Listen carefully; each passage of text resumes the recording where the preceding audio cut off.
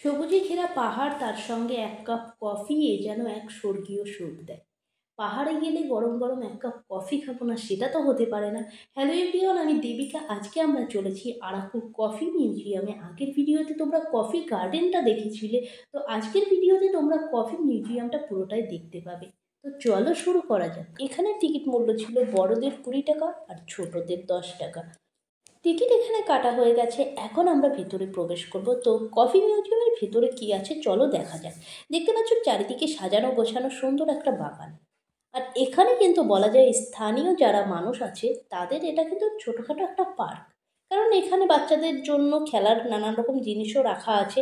আর coffee মিউজিয়ামের ভেতরে যখন প্রবেশ করব তখন দেখতে পাবে কত রকম ফ্লেভারের এখানে কফি পাওয়া যায়, আর তার সঙ্গে কিন্তু নানান রকম চকলেট।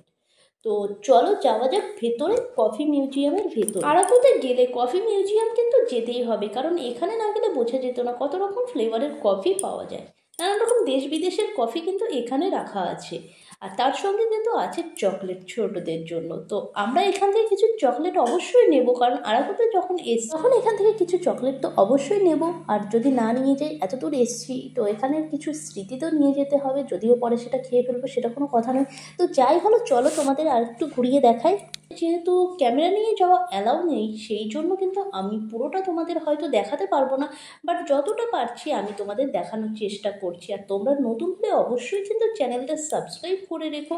আর অলরেডি দেখো কফি বাগানের ভিডিও কিন্তু আমি আপলোড করে দিয়েছি, তোমরা গিয়ে চেক করে নাও। ডেসক্রিপশন বক্সে লিঙ্ক দেওয়া আছে, তোমরা গিয়ে চেক করে এসো। আর বোরা কেভসের ভিডিও থেকে শুরু করে আর্টিফিশিয়াল ভিডিও সমস্তটা কিন্তু আপলোড করা হয়ে গেছে, তোমরা গিয়ে চেক করে নাও। প্লে লিস্টে অবশ্যই সেভ করা আছে, তোমরা গেলে সেখানে দেখতে পাবে।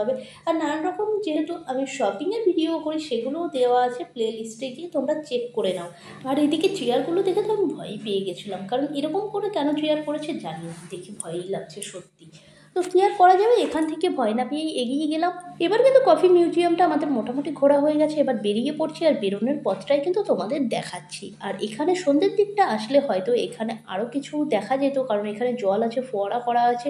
আর এদিকে দেখো বাচ্চাদের জন্য খেলার জন্য কিন্তু নানান রকম জিনিস আছে। আগেই বললাম এটা একটা ছোটোখাটো পার্ক স্থানীয় লোকেদের।